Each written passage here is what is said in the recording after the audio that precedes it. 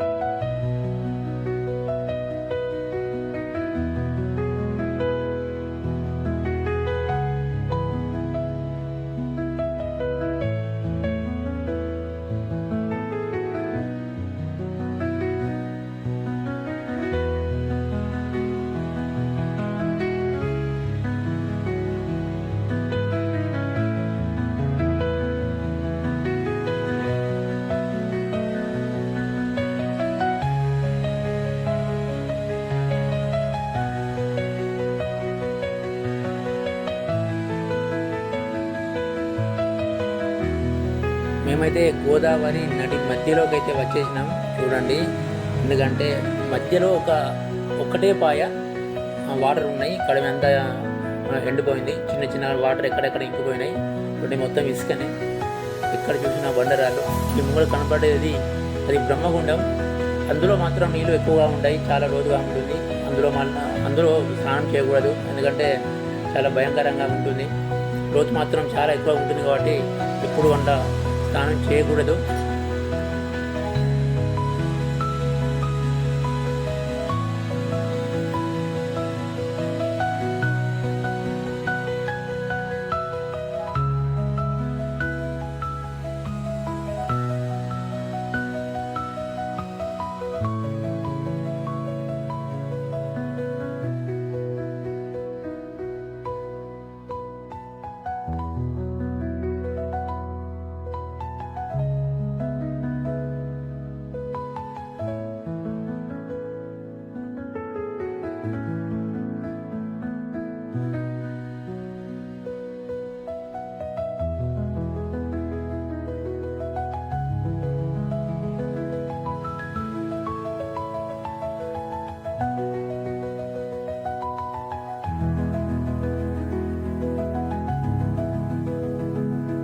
చిన్నపిల్లలు అయితే నీళ్ళల్లో ఆట ఆడుకుంటుండ్రు.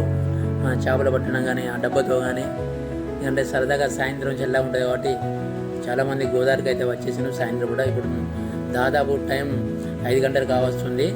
చూడండి, స్నానానికి అయితే చాలామంది వచ్చిండ్రు ఇక్కడికి. సరదాగా సాయంత్రం వెదర్ చాలా కూల్గా ఉంది కాబట్టి మీకు ఎక్కడ వచ్చినా ఇసుకనే కనబడుతుంది. చూడండి, అక్కడ ట్రాక్టర్లు కూడా ఇసుక తీసుకెళ్ళడానికి వచ్చే చాలా ట్రాక్టర్లు వస్తూనే ఉంటాయి ఎప్పుడు. ఇక్కడ ఎక్కడ చూసినా ఇసుకనే కనబడుతుంది. మొత్తం వాటర్ అన్నీ లేవు ఎక్కడ కూడా. చూడండి, మీ ఒకటే పాయ ఒక వన్ సైడ్ మాత్రమే ప్రవహిస్తుంది. ఆ వాటర్ కూడా అవి కూడా చాలా తక్కువ ఉన్నాయి.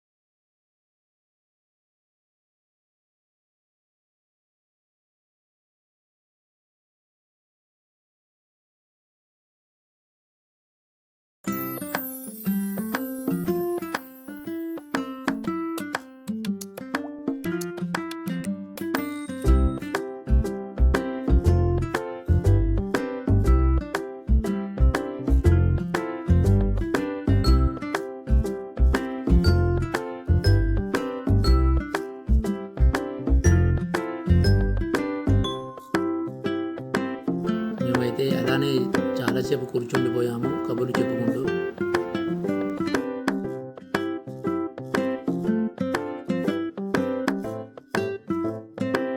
చీకటి పడుతుంది కాబట్టి ఇప్పుడిప్పుడే లైట్లు అయితే వేస్తున్నారు. చూడండి ఆ లైట్ల వెలుగులో ఎంత అందంగా కనబడుతుందో ధర్మపురి. మేమైతే చీకటి పడేంత వరకు అక్కడే ఉన్నాము.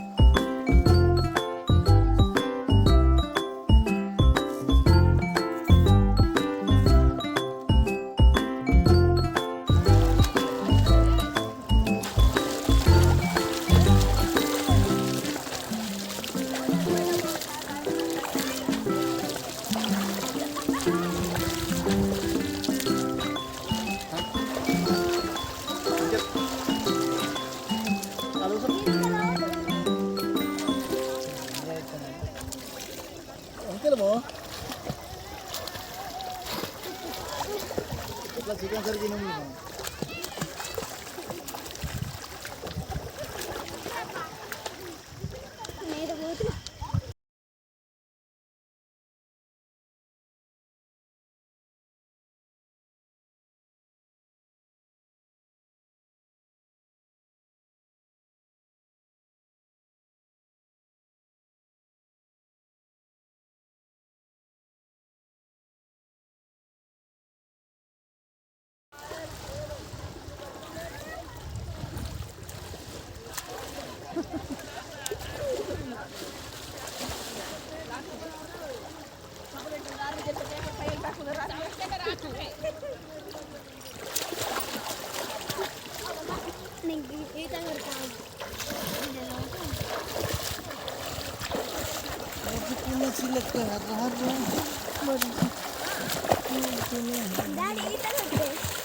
ఏదైనా కుట్రాదు.